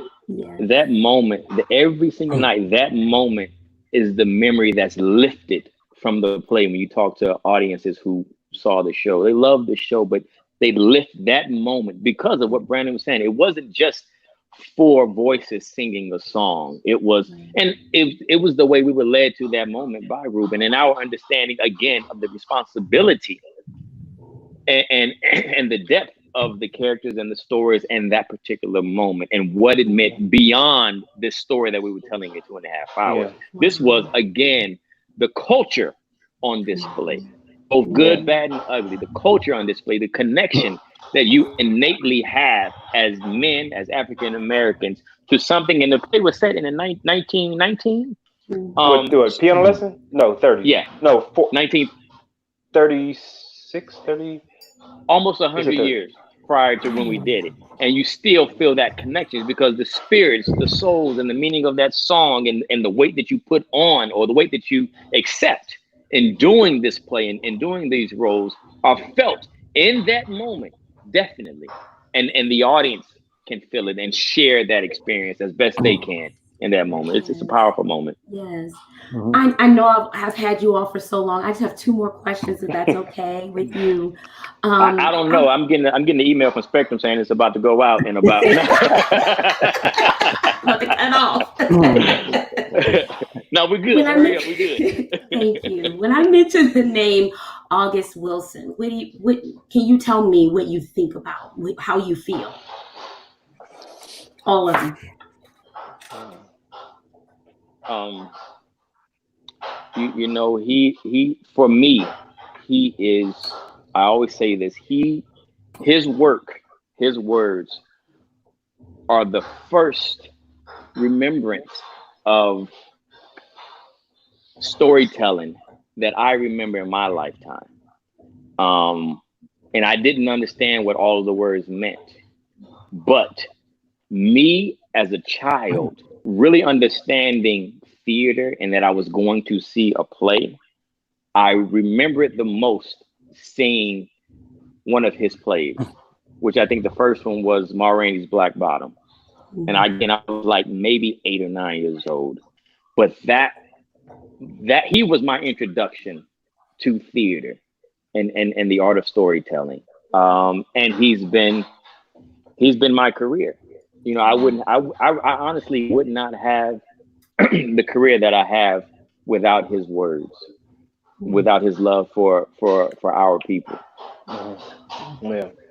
You know, August, in order to successfully, I think, approach his work, he's one of the few playwrights, and there are others, but he is one of the most prolific and few playwrights that demands that you bring your entire self to the role. You know, a lot of times, especially for actors of color, we're relegated to, you're going to play the best friend, or you're the the detective or the officer or the whatever. You know what I mean? If in terms of mainstream, if we're not doing a show that's produced on OWN or BET, right?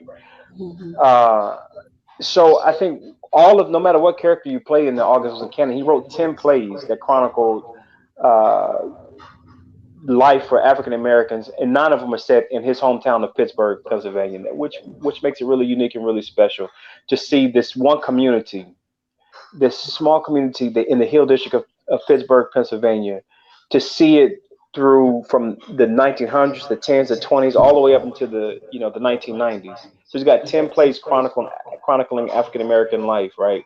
And through that small microcosm of this one community, we get the full spectrum of humanity. And what I think what his plays assert is that there's nothing foreign about the African American. If you take the time to understand us and to love us and to see us for who we are, you will see yourself. You will see everything that God has endowed any other human being with. And August puts that front and center in his plays. So, Mr. Willie, when you think of August Wilson, I think one word, indebted. I am indebted to him, as well as my boys are indebted to him. I'm indebted, first of all, because his words were the first words that I took on as an actor that really told my story. I had done many shows, but I was always telling somebody else's story. But when I did Ma Rainey's Black Bottom, I think that's the show maybe Jason's referring to. Well, I did it here in Houston at the Ensemble Theater with the great George Hawkins directing. I got a chance to tell my story and reach back into the memory within my DNA, all the way back to those guys who had come before me and never had a chance to tell the world their story. I got a chance to voice it for them. And August Wilson was the man who made that possible. Amen. I have a very short clip of Mr. August Wilson I'd like to actually play.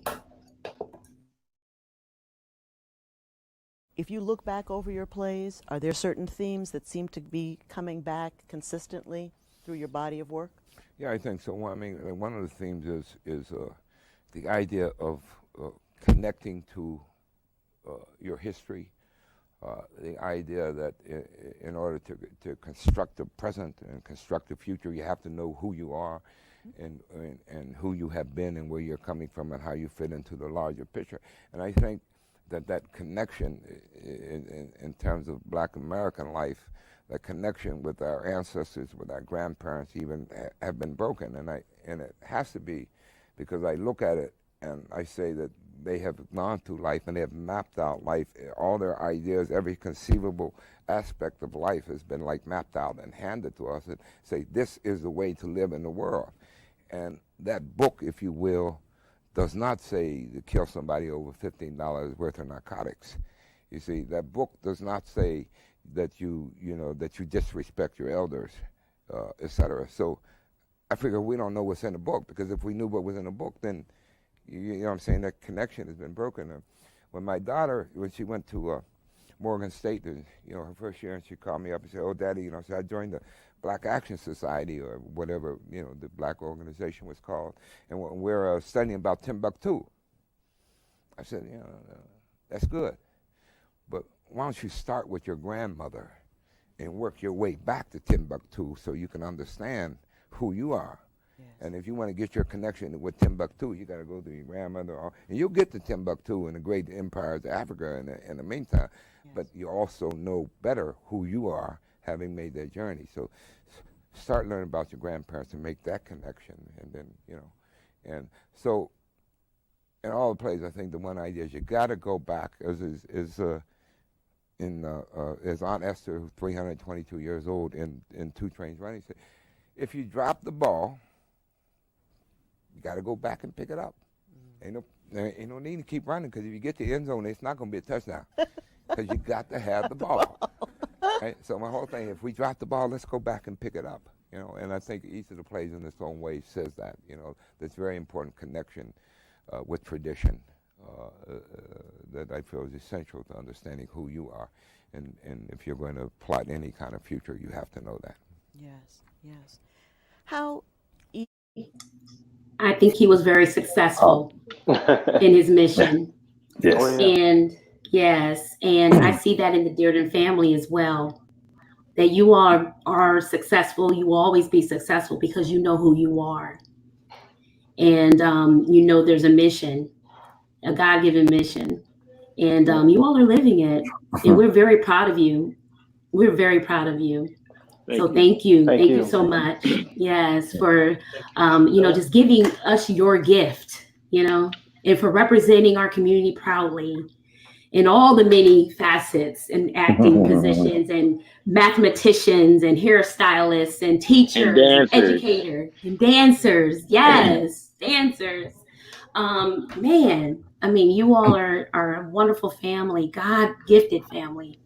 And it's an honor for me to have you all here and show the world how awesome you are, just part of my little platform. Thank you. Thank you. I'm so honored, truly. Don, I want to say something to you before you sign off. I want to say thank you to you for actually doing this interview.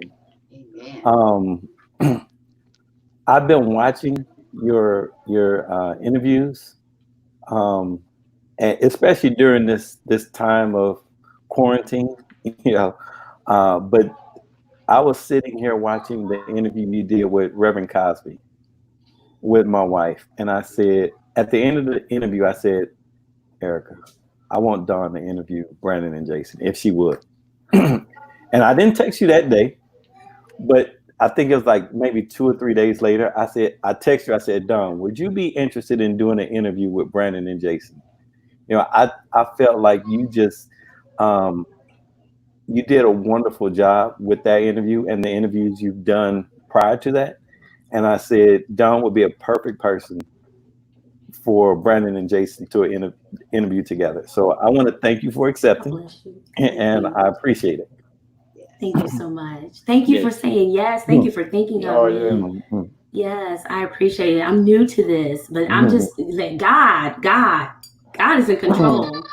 And there's a mission in this. And so I appreciate you all saying yes and saying yes and being part of his mission to serve, because I know that there are people in this audience who have been truly blessed by your story and your messages and your infamous quotes, Mr. Willie, that I love. And I'm encouraging you to copyright, because oh my goodness, I mean, I do want to say this too before we sign off, and for those watching, and sometimes, you just don't know the whole story, right? Yeah. We present our best selves, and that's our job, to present our best selves to the world. And sometimes, people say, oh man, it's like the Cosby family or this and this and that. And the truth of the matter is that, we have ups and downs and hardships just like anybody else. And we're not perfect people. We just are not perfect people, and nobody is. But one thing that we do have is faith, and we have hope, and we have love, that whatever situation we're in, there's going to be another side of it. You know what I'm saying? And we still got a lot of work to do on ourselves as individuals. We've got a lot of work to do, as a family, in collective relationships. We have, but we know it's worth it to do the work. And if nobody hears anything else from watching this today, just know that when you do the work, good things will happen. But you got to do the work. Right. Amen. The mic drops again. Amen. Don't know what else to say. You're exactly right. Dirden family, my goodness. Oh, it's truly an honor. Thank you, Mr. Willie, Mrs. Deborah, James, thank you. Brandon, thank you. Jason, thank you. And please thank your wives and girlfriends and other family members, your children, for allowing us to have this time this evening. We really do appreciate you all. We really do. And keep on keeping on. And Jason, I'm let you have the last word here, because you have something exciting coming up on Wednesday. Oh yeah. Wednesday, May 27th at 10 p.m. on BET, American Soul Season 2. It's inspired by the journey of Soul Train and 𝙇𝙗𝙑𝙗 and all the other elements that were involved in the process of Soul Train becoming what we know today. Groundbreaking legacy show. And if you haven't watched season 1, it's on demand. It's on BET.com. I think it's on the BET app. But season 2 premieres Wednesday, 10 p.m. So watch it, please. Awesome. And something is in the works too, right? For all of you. Oh yeah. I've been working on this film script. And it's called Champagne and Kool-Aid, and it's about. Wait a minute, that's my script. James had. Sir, that's my script. James been trying to push off his raggedy idea of a script. A romantic comedy. Hey, it's about two people from different sides of the track called Champagne and Kool-Aid, so we're getting that together. She has champagne taste with Kool-Aid money. Yeah. I can't wait to see it, y'all. Oh yeah. I can't wait to see it. Well, you're gonna have to learn to wait. You're gonna have to learn to wait. Big budget. Love you, Dirden. Thank you again. Thank you so much. And everyone, please share this with everyone. Share this with everyone you know. And let's continue to have the conversations. All these things that you heard this evening, make sure you have the conversations with your children, your loved ones, your community. We SOS, we have to save ourselves. We have to support each other through this, and we will get through it. But we need to make sure that we support each other, that we stay encouraged, we stay vigilant, that we stay safe, because a lot of us are not practicing safe techniques and hygiene. So we want to make sure we stay safe, but that, we stay positive. We stay positive, okay? And thank you again for joining us this evening, and we'll see you on the next Live with Dr. Dawn. Bye. Thank you. Bye.